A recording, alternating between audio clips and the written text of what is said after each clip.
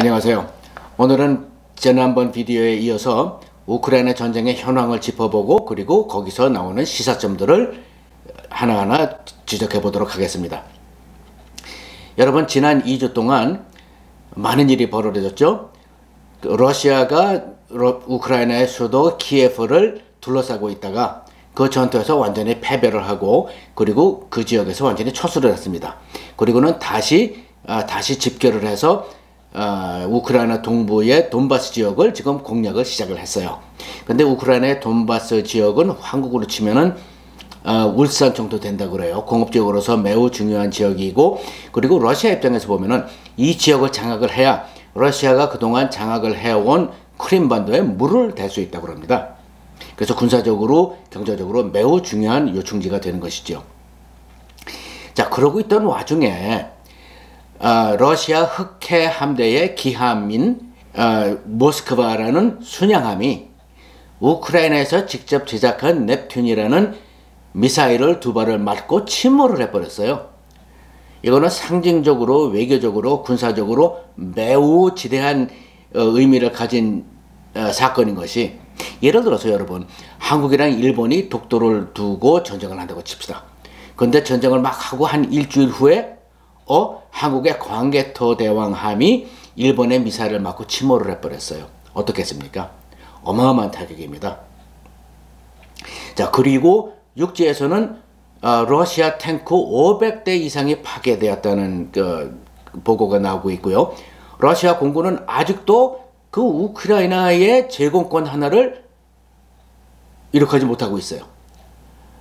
이렇게 되면서 이 전쟁은 속전속결을 해서 우크라이나를 러시아의 하나의 속국으로 만드는 전쟁이 아니라 소위 War of Attrition, 우리나라 말로 하면은 소모전으로 치닫고 있다고들 합니다.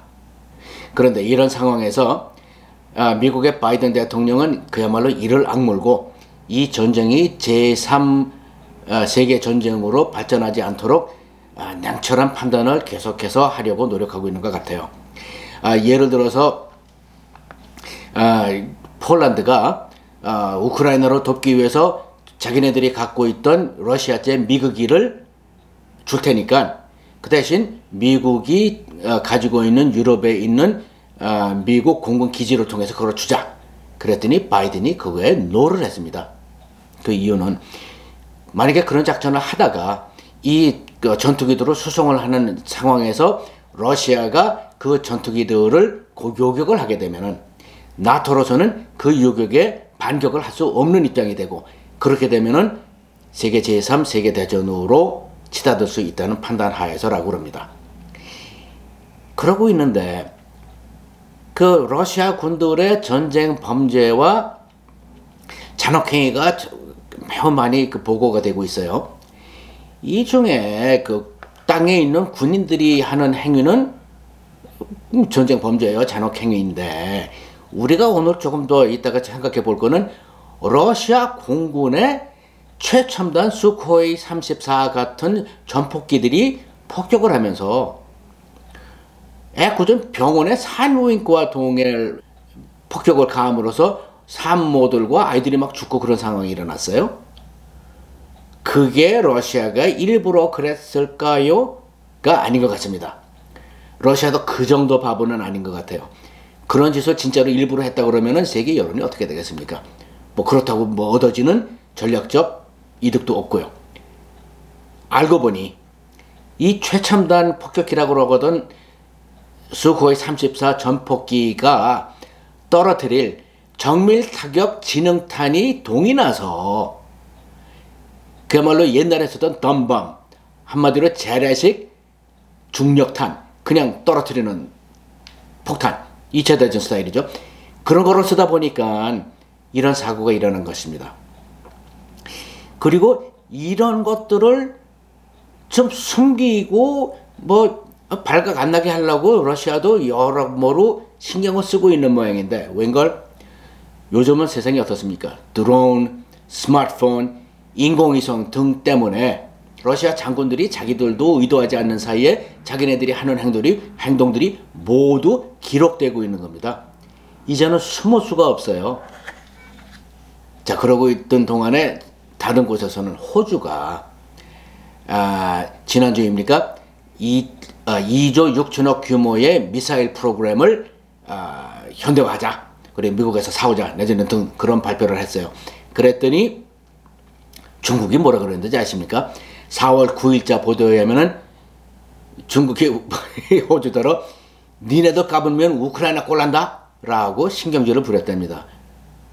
전에는 기억나십니까? 한 1, 2년 전에 호주더러 니네는 우리 신발에 들러붙은 껌딱지만큼 못한 것들이 까부냐? 라고 그랬었지 않습니까? 이거 러시아가 하는 행동을 봐도 하나의 pariah state, 그러니까는 완전히 미친놈이라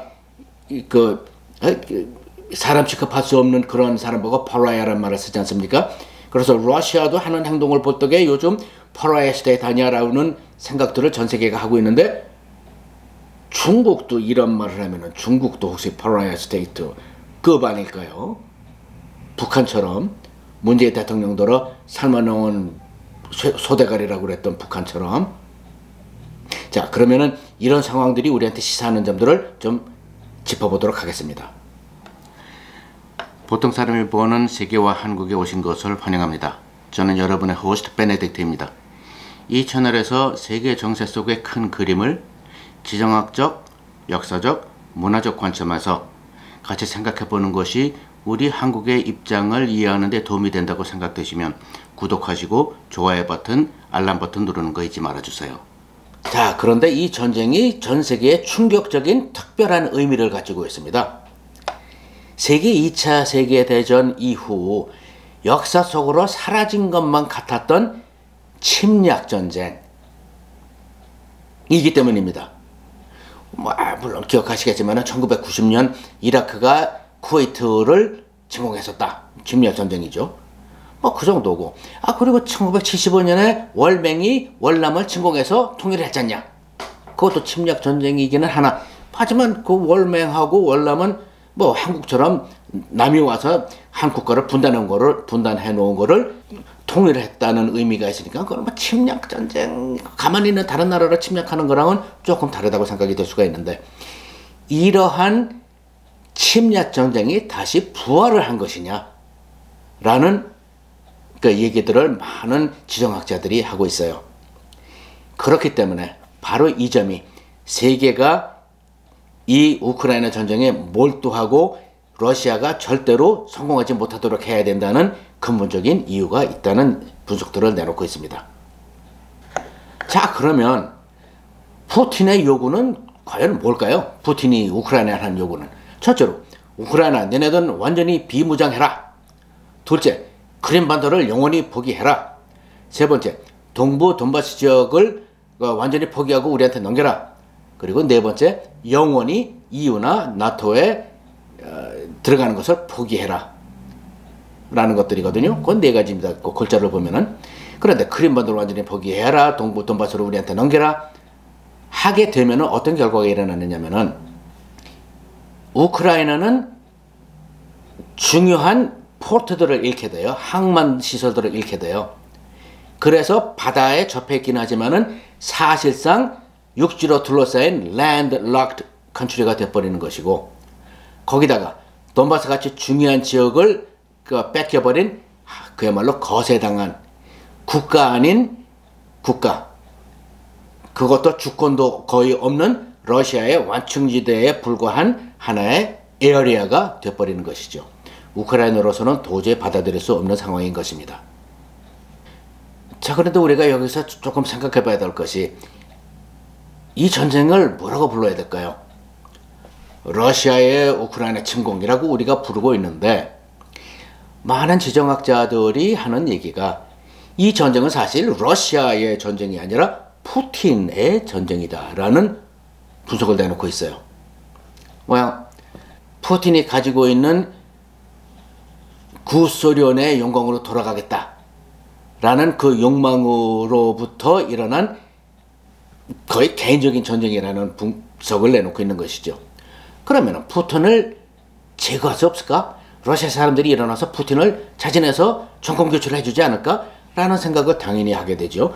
모든 서방 국가나 뭐 일본이나 뭐 한국도 좀 그래줬으면 좋겠다는 생각을 당연히 하게 되죠. 불행히도 러시아 사람들도 자기 자신들을 분석하듯이 러시아 나라는 소위 이너시아, 관성이 매우 뿌리 깊은 나라라고 그럽니다. 웬만해서는 정부를 상대로 니네들 왜 그러냐 갈아치우자 라는 행동을 안 하는 나라랍니다. 웬만해서는 변하지 않는 나라랍니다. 물론 딱 생각할 적에 가만히 있어, 러시아라는 것이 전에 1917년에 그 공산당 혁명을 해가지고 공산주의가 돼서 뭐 그건 다 뭐고 라는 생각이 드시죠. 그러나 그것도 그 러시아의 페선트들, 러시아의 농노들이 수백 년 동안 참 다른 나라에선 보기 힘든 어려움을 겪고 핍박을 받으면서 그러면서도 뭐 참는 건지 아니면 인생이 이러려니 하고 그냥 지나가는 건지 그러고 살던 거를 와서 들쑤셔가지고 볼셰비크라는 공산당이 있었기 때문에 그것이 가능했었던 것이고, 그 후를 보세요. 소비에트 연방도 1980년도 말에 망했잖아. 그것도 생각을 해보세요. 그것이 경제가 견디다 못해가지고 그야말로 폭삭 주저앉은 것이지 처음부터 인민이나 사갖고 정부 갈아치우자 한 것이 아니지 않습니까? 그런 상황이기 때문에 현재 러시아를 주도하고 있는 두 집단들, 하나는 소위 올리가르크라고 하고 우리말로 과도 집권층이라고 그러죠. 그리고 또 하나, 이 단어도 한번 좀 기억해 두세요. 실로비키라는 말이 있어요. KGB, 현재는 FSB, 한국으로 치면 중앙정보부 출신 집권층이 소련을 완전히 장악하고 소련의 모든 것을 움직인다는 얘기 아닙니까? 국민은 뭐 거기다 대놓고 이러자 저러자 우리 생각은 이런데 저런데 안 통한다는 얘기죠. 더군다나 전체주의 경찰 국가이다 보니까는 모든 인터넷이고 SNS이고 미디어 등을 통제를 하고 있고요. 그러다 보니까 국민은 그저 애국주의에 휩쓸려갈 수밖에 없다고 그러네요. 그래서 아직도 푸틴의 지지도가 굉장히 높다고 그래요. 물론 그런 데이터를 믿을 수도 없지만은요. 러시아하고 중국에서 나오는 이런 데이터는 도대체 믿을 게 못되지 않습니까? 그러나 어떤 사람들은 특히 그 러시아에서 외국으로 망명한 그 인텔리겐시아 이런 사람들은 언젠가는 내부에서 푸틴을 제거할 것이다 라는 얘기를 하기는 해요. 경제 제재 때문에 고통이 계속 가열되고, 그리고 특히 모든 외국 국가들의 기업들이 철수를 하고, 여러분 러시아에 임박을 해갖고 러시아의 오일 가스를 사지 않겠다, 이거보다 다른 외국 국가들의 기업들이 러시아에서 철수하는 것이 훨씬 뼈아픈 상황이랍니다. 자, 그리고 이런 행동을 하는 나라를 보니까 아까 제가 파라야라는 말을 썼죠. 그런 파라야 국가로서의 이미지가 굳어지고 있고 고립됨으로써 결국은 러시아 국민들도 푸틴을 제거할 것이다 라는 예측들이 나오고는 있어요. 러시아 사람들 입에서도. 자, 그러면 푸틴이 제거되면 그 다음에는 러시아가 자유민주주의 국가로 될까요? 아마 아닐걸요. 또 다른 올리가르크 그리고 슬로비키들이 일어나서 또 러시아를 장악해서 또 러시아를 운영해 나갈 것으로 생각이 돼요. 자, 그런데 여러분, 아까 우리가 얘기한 것처럼 러시아군이 정말로 지독한 망신을 당하고 있죠. 자, 그렇다면 지정학적으로 러시아가 우리가 생각했던 것과 달리 진짜로 종이 호랑이일 뿐일까요? 2만 대가 넘다고 그러던 러시아 탱커들은 다 어디 갔는데? 그중 대다수가 녹슬어가면서 보관되고 있는, 그것도 뭐 실내가 아니라 실외에서 보관돼 가고 있는 T-62, T-70, T-80 같은 냉전시대의 유물들이라고 합니다. 그것들을 언제 고쳐서 엔진을 다시 발동시켜가지고 전쟁터에 끌고 나오겠어요. 그리고 아까 말씀드린 것처럼 최첨단 폭격기가 지능적인 스마트밤이 없어가지고 덤밤을 떨어뜨리다가 해필이면 산부인과 병동을 쳐요. 이런 사건들이 시사하는 바는 자, 2008년에 푸틴이 국방 산업을 현대화하겠다, 모든 것을 올인 하겠다 라고 그런 후로 이 국방 산업에 그렇게 치중을 해왔는데 러시아의 무기들은 엉망진창이고 러시아의 군대들은 나가서 패전만 하고 이런 상황이 벌어지고 있는 겁니다. 그렇다면 러시아의 국방산업, 세상이 벌벌 떠던 러시아의 국방산업이 그러면 어떻게 된 건데, 러시아의 국방산업은 미국이나 다른 나라와 달리 완전히 국유 산업들입니다. 모든 거대한 러시아 국방산업들이 러시아의 국유 산업 하나에, 한국으로 치면 전매청 같은 거에 하나에 들어와 있는 것들이에요. 다시 말해서 경쟁이 전무한 시스템이라는 겁니다. 그리고 러시아라는 나라가 중국과 마찬가지로 어마어마하게 썩어 문드러질 정도로 부정부패가 심한 나라다 보니까 뭐 푸틴이 뭐 난리를 쳐서 무기를 만들어 봤자 그야말로 쓰레기 같은 것이 나온다는 것이 지금 많은 분석가들의 분석입니다. 자, 이렇게 러시아가 우리가 생각했던 것만큼 강력하지 못하다는 것을 알게 됐다고 우리가 좋아할 것이 하나도 없는 것이요. 생각해 보세요. 이렇게 러시아 군이 무기력하다면 푸틴이 만지작거릴 수 있는 건 뭐겠어요? Biological warfare, chemical warfare, 그리고 핵전쟁 아니겠습니까? 즉 다시 말해서 한국이 북핵을 머리 위에 쥐고 사는 것처럼 이제는 미국 등 자유민주 진영 우방 국가들이 러시아의 핵을 머리 위에 쥐고 살아야만 되는 시대가 돌아버린 것이라고 밖에 볼 수가 없기 때문이지요. 자, 이런 생각을 하다 보면은 도대체 유엔은 뭐 하는 데냐라는 생각이 드시죠? 뭐 여러분 잘 아시다시피 유엔 안전보장이사회가 있지 않습니까? 거기에 15개국 이사국 중 5개 국가는 상임이사국인데 그 중에 하나가 바로 러시아 아닙니까? 우리가 말하던 퍼라야 국가. 그 이사회 상임이사국으로 떡하니 앉아있는 거예요. 그러니 될 일이 없죠. 그래서 요즘 이 상임이사국들조차들도 그들의 비토 권한을 International Court of Justice, ICJ, 우리나라 말로 국제사법재판소죠. 유엔 산하 법제기관입니다. 그 밑에 둘 것을 제안하는 그 운동이 일고 있어요. 그러나 될까요? 미국조차도 비토 파워를 절대로 내놓을 수 없다고 그러고 있는데요. 훌륭한 생각입니다만은 아마도 불가능할 거라는 생각이 듭니다. 자, 그리고 마지막으로 우리 한국 4월 11일에 문재인 정부에서 우크라이나 정부가 공식으로 미사일을 지원해 줄 것을 부탁했는데 그것을 거부했지요. 그리고 젤렌스키 대통령이 국회 화상연설을 했는데 300명 국회의원 중에서 약 50여 명만 참석을 했고 그 중에 대다수는 앉아갖고 핸드폰 갖고 주무르고 있었다고 그러죠. 자, 우리 한국이 이 정도로 국제 정세에 대해서 무관심한 나라이기 때문에 저 같은 사람이 이 채널을 시작한 이유 중에 하나가 되겠습니다. 우리 신경 써야 됩니다.